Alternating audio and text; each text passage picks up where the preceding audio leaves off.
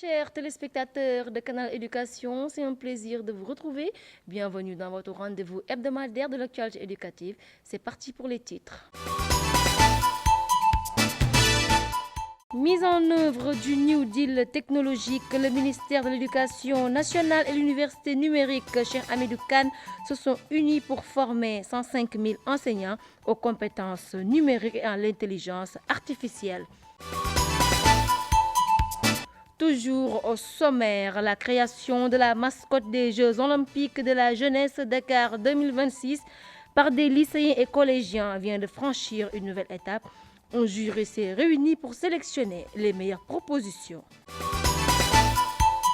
Et pour finir, nous parlerons de l'amélioration des infrastructures, de la qualité des enseignements et appui aux élèves. La Fondation Sonatel renforce son partenariat avec le ministère de l'Éducation nationale. Les deux parties ont paraphé une nouvelle convention. C'était tout pour les titres. Le développement, c'est tout de suite.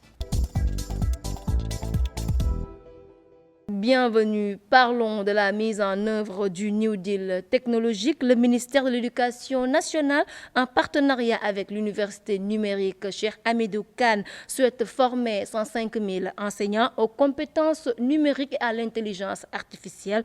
Un atelier de partage et de concertation sur le projet de formation a été organisé pour valider les modules. C'était en présence du ministre de l'Éducation nationale, Moustapha Mamba Guirassi, Badesek et Ibrahima Kamara.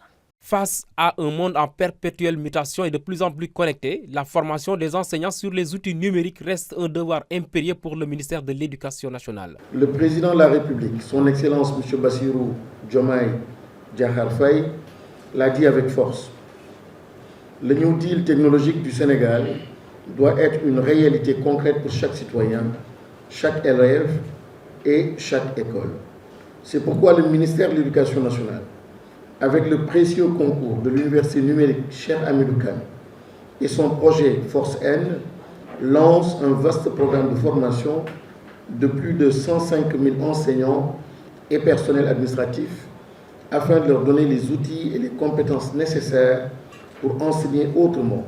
Les outils de l'intelligence artificielle pour l'apprentissage, l'évaluation de l'intelligence artificielle, l'éthique de l'intelligence artificielle en éducation seront entre autres les modules pris en compte. Une formation sur le numérique, c'est exactement ce dont on a besoin en ce moment parce qu'on est dans une phase où le numérique est à son apogée. Donc nous sommes très contents. Qu'est-ce que nous faisons de ces zones qui ne sont pas aujourd'hui à l'heure du numérique, qui n'ont pas d'électricité, mais qui n'ont pas également de connectivité? Je pense qu'il faut également penser à tous ces éléments-là.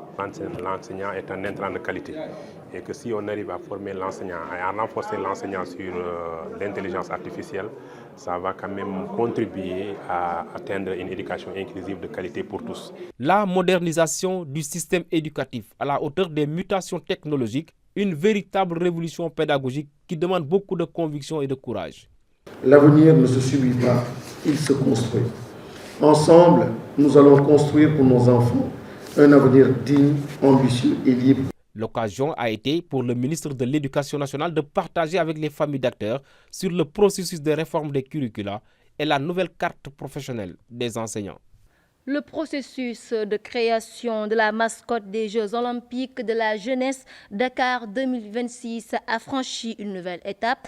Après un concours national impliquant des collégiens et lycéens du Sénégal, le jury s'est réuni hier jeudi pour sélectionner les meilleures propositions. C'est un compte rendu signé Aminata Soumaré et Tidi Hassan Djedjou. Cette session marque une étape finale dans le cadre du concours national de création de la mascotte des Jeux olympiques de la jeunesse Dakar 2026. Pendant plus d'une demi-journée, le jury composé de personnes éminentes est présidé par Moustapha Mamba Guirassi, ministre de l'Éducation nationale, s'est réuni pour choisir la mascotte officielle. Nous avons été impressionnés par les résultats. Déjà, donc, c'était à travers l'étendue du territoire, toutes les écoles, toutes les IA qui ont participé, donc tous les enfants du pays qui ont trouvé un grand intérêt à participer donc, à ce jeu de dessin, mais aussi pour donner un nom. Et vous le verrez certainement à l'écran, la production artistique est tout simplement fabuleuse. Issu de ce concours, il y a eu un premier travail qui a été fait en relation avec les professeurs d'éducation artistique et de musique pour procéder un peu à une première correction des copies qui ont été reçues de la part des différents centres d'examen. Et de ces corrections, 36 œuvres ont été sélectionnées et ce sont sur ces 36 œuvres qu'aujourd'hui le jury est en train de travailler. Pour la création de la mascotte, les élèves ont fait montre de toute leur créativité. Sur les critères de choix, le jury a pris en compte plusieurs aspects. Au finish, 5 dessins et 5 noms ont été retenus à l'issue des votes des membres du jury. Nous sommes très admiratifs des productions qui ont été faites. Heureusement qu'on a mis 2 filtres. Le premier, c'était au niveau du comité de suivi où on s'est attaché les services de la coordination nationale des professeurs d'éducation artistique et musicale, qui sont donc des techniciens avérés, qui sont des enseignants pour cette matière, donc qui ont la technicité de juger du contenu du travail. La seconde étape maintenant, c'est avec d'éminentes personnalités du monde de l'art et d'autres secteurs d'activité qui peuvent, eux, à leur tour, poser un autre regard sur les productions qui ont été faites.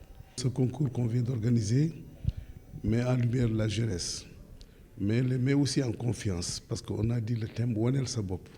Et Wanel Sabop, c'est une sorte de, je veux dire, responsabilise encore les jeunes.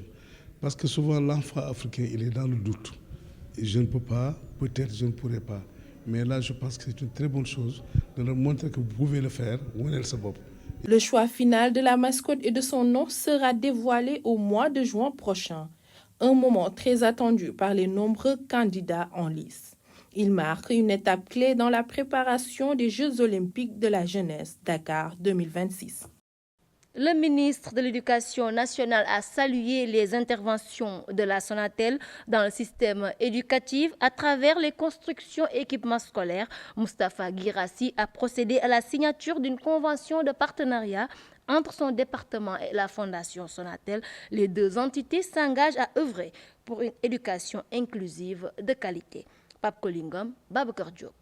Paraphes et échange de documents suivis de poignées de main. Ces gestes matérialisent un nouveau départ dans le partenariat entre le ministère de l'Éducation nationale et la Sonatel. Monsieur le ministre, la signature de cet accord s'inscrit dans une série d'initiatives que la Fondation déploie dans le domaine de l'éducation, parmi lesquelles nous pouvons citer la construction ou la réhabilitation d'établissements scolaires à travers le pays, la promotion de l'excellence, l'égalité des chances, l'inclusion sociale et numérique et l'employabilité des jeunes.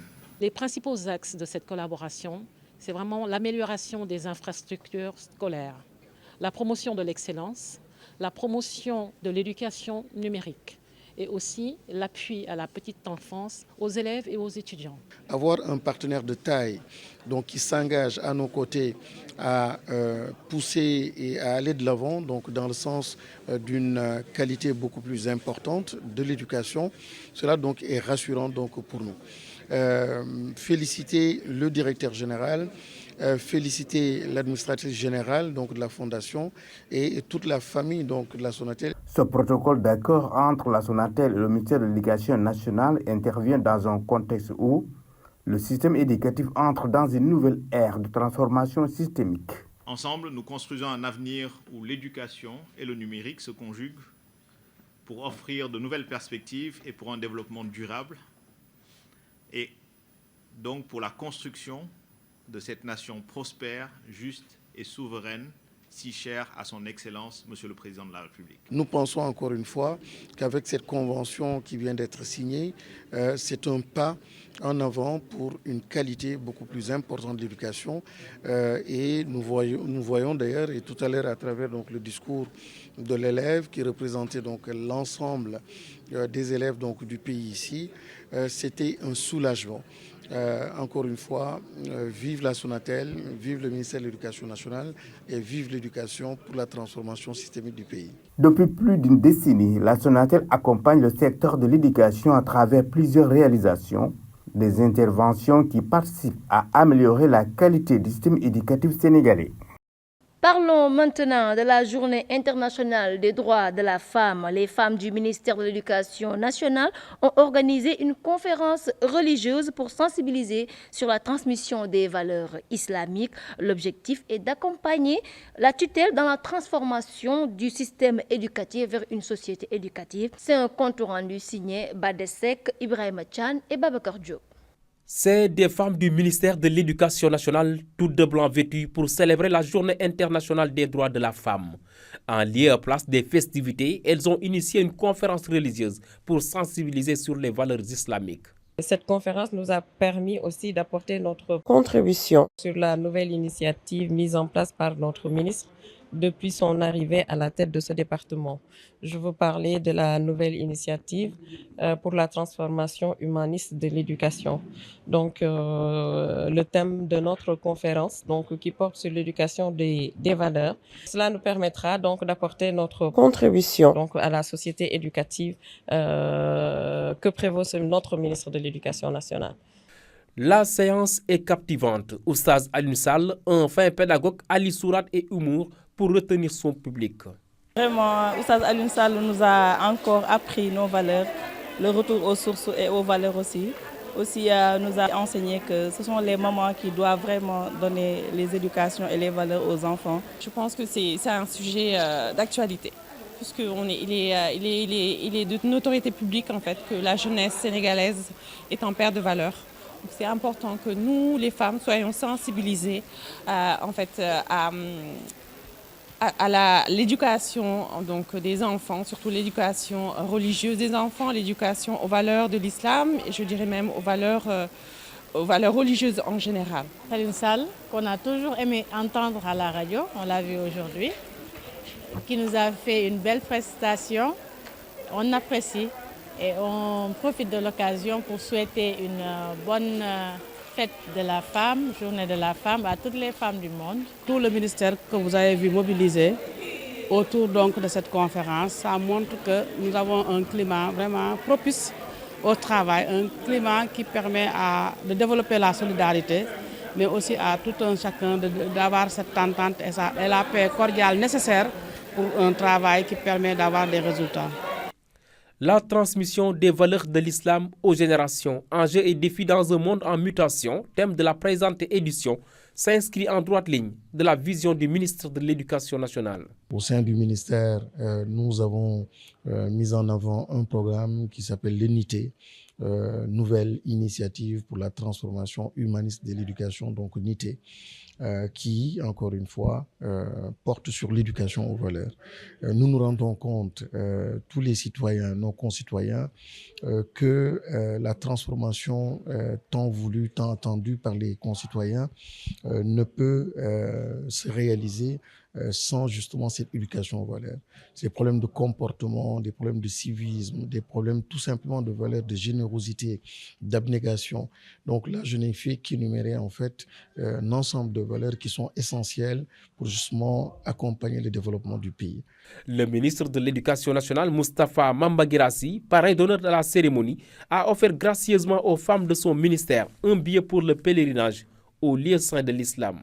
Restons toujours sur la Journée internationale des droits de la femme. Un 8 mars, pas comme les précédents, au centre Talibou Dabo de Grand Yoff, les jeunes filles porteurs de handicap ont eu l'heureuse occasion de faire du codage et de la robotique en présence du ministre de l'Éducation, M. Moustapha Mamba Guirassy, une initiative du ministère de l'Éducation nationale et de l'association Hale Codage. Massamba Tchan et Moudoufal étaient sur place pour Canal Éducation.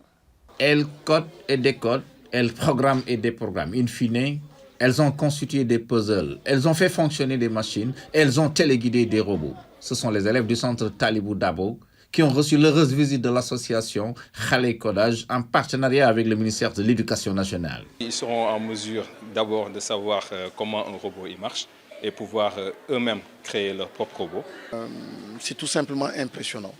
Et cela va en droite ligne avec la vision du chef de l'État qui, justement, pour la promotion des sciences et de la technologie, nous a récemment instruit d'instituer justement le concours national des sciences et technologies. Ces jeunes pensionnaires porteurs de handicap, qui rien au début ne les présageait à la manipulation de tel outil technologique, ont fini par aimer le jeu. Bon, cette formation déjà est une formation bénéfique pour nous, élèves en situation de handicap. Et ça nous a permis de découvrir beaucoup de choses. J'aimerais bien que l'activité ne se termine pas aujourd'hui. J'aimerais bien que l'État ou le ministre de l'Éducation s'investisse plus sur l'utilisation des outils numériques. Vous savez, lorsque le handicap est purement moteur ou sensoriel, il suffit de modifier l'environnement pour que la personne puisse exprimer pleinement ses capacités intellectuelles. Venu spontanément se joindre à l'activité, le ministre de l'Éducation nationale s'est dit très touché d'avoir passé des moments d'émotion, mais aussi très séduit par l'ingéniosité des élèves. Et nous avons été interpellés aussi bien par les élèves eux-mêmes que par le personnel pour demander au gouvernement de renforcer sa présence, de renforcer l'accompagnement. Et nous avons pris l'engagement, au nom du gouvernement tout entier, d'être présents à leur côté. Les filles et les garçons ont réalisé de beaux projets et se sont familiarisés avec l'univers de la robotique et du codage. Cette initiative constitue un levier essentiel pour garantir l'égalité des chances et favoriser la participation de tous les élèves, y compris ceux en situation de handicap, aux dynamiques éducatives et technologiques. Allons maintenant à Touba, plus précisément à Nindi, où les enseignantes du collège des jeunes filles ont lancé un cri de cœur. Plus de 800 élèves, uniquement des jeunes filles, fréquentent l'établissement qui souffre d'un manque criard de salles de classe et d'enseignantes. Construit par le marabout Mohamedou Badoui Mbaké, puis cédé à l'État du Sénégal, l'école joue un rôle essentiel dans la demande d'éducation des populations de Touba. Écoutons Amissar et Mamgo Nedjan, respectivement directrices et enseignantes de l'école des jeunes filles de Ndindi. Elles sont au micro de Massamba Tchan.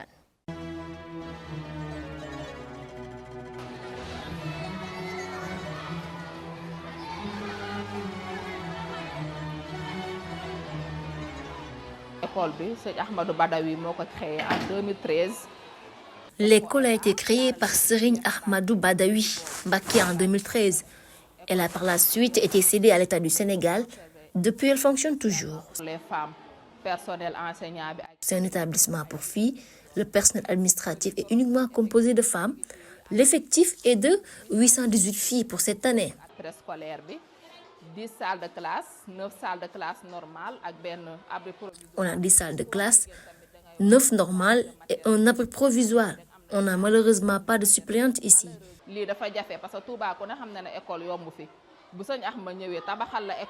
Quand un marabout construit une école pour la communauté, il est important d'augmenter les salles de classe. On en a vraiment besoin.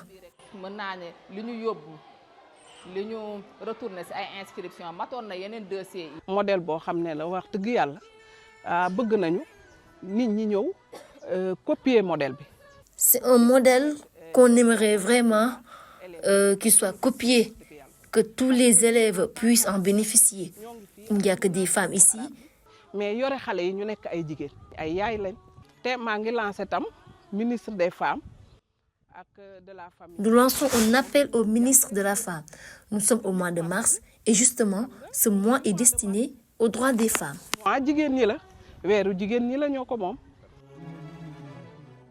Le dossier de ce round-up nous amène à parler de la politique du ministère de l'Éducation nationale dans le cadre de la promotion des sciences, des technologies, des mathématiques et de l'ingénierie. Cette stratégie nationale a poussé les Comores à dépêcher une délégation pour s'inspirer des bonnes pratiques du Sénégal. Dans ce sens, la mission a visité plusieurs structures centrales et déconcentrées. Notre reporter Badesek était avec la délégation. Suivons ce dossier.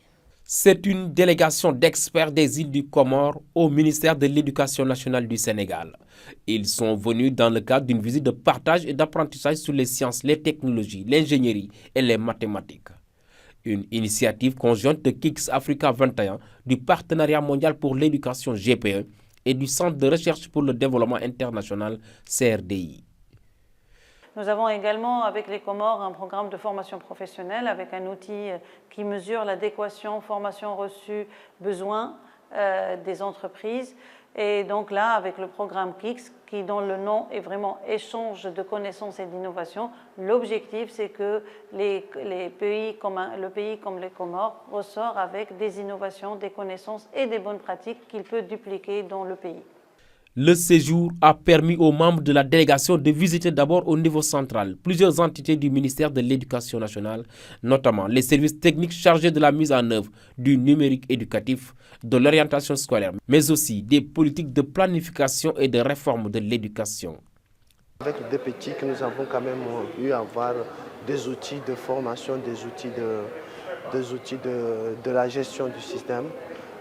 Jusqu'au niveau école, c'est une sorte de très bonne chose.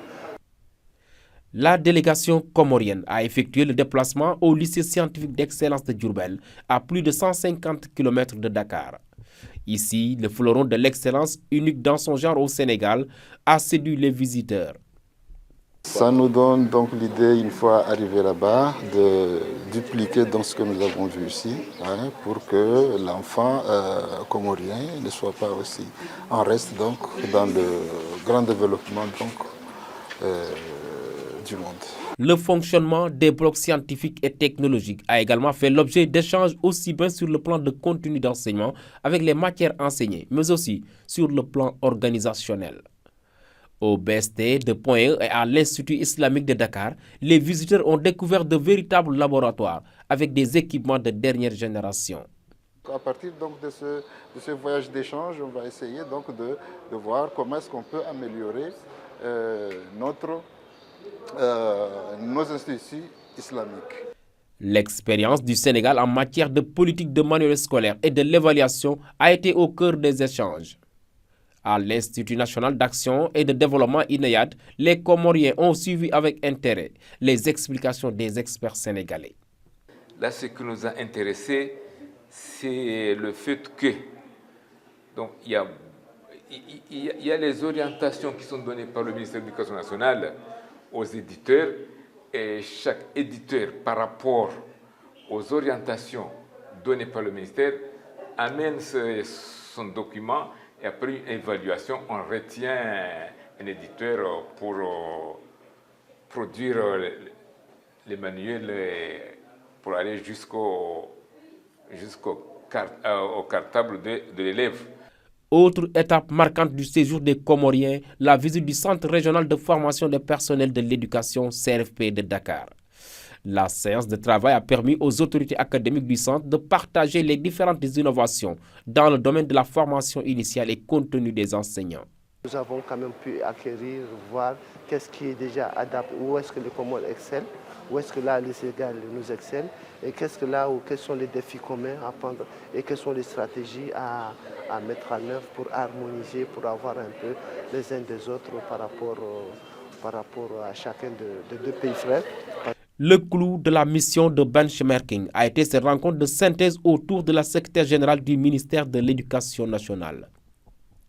Au nom du ministre, Mme Khady Diom s'est félicitée du choix porté sur le Sénégal, tout en réitérant l'engagement du gouvernement à poursuivre le partenariat. En toute honnêteté, cette mission nous a permis d'acquérir des connaissances et d'expériences dont le poids est inestimable pour pouvoir transporter ça aux Comores. En ce qui concerne les recommandations et la demande formulée, pour que le Sénégal puisse aussi se rendre aux Comores, mais aussi dans un autre pays pour non seulement s'imprégner de l'expérience des Comores, mais aussi apporter un appui, parce qu'on a bien vu que le Sénégal avait quand même une expertise dans plusieurs domaines, donc au pays sur des problématiques spécifiques. Donc la demande est bien notée et la demande est validée, je dirais. Le Sénégal, qui est un pays ami de longue date, qui a toujours collaboré avec les Comores et qui va continuer encore cette collaboration Donc nous allons aussi voir, comme disait Depré, voir comment venir visiter ce que vous faites dans les madrasas, mais maintenir cet élan de collaboration et pour embrasser d'autres domaines et dans le but juste d'améliorer nos systèmes éducatifs. À la fin de la rencontre, des prières ont été formulées pour un bon retour de la délégation comorienne. Madame le secrétaire général du ministère de l'Éducation nationale a offert des cadeaux, symbole de la teranga sénégalaise, aux membres de la délégation des Comores. Ce dossier met un terme à ce round-up. Merci de nous avoir suivis. Un grand merci à toute l'équipe technique qui nous a aidés à la réalisation. Quant à moi, je vous donne rendez-vous très prochainement.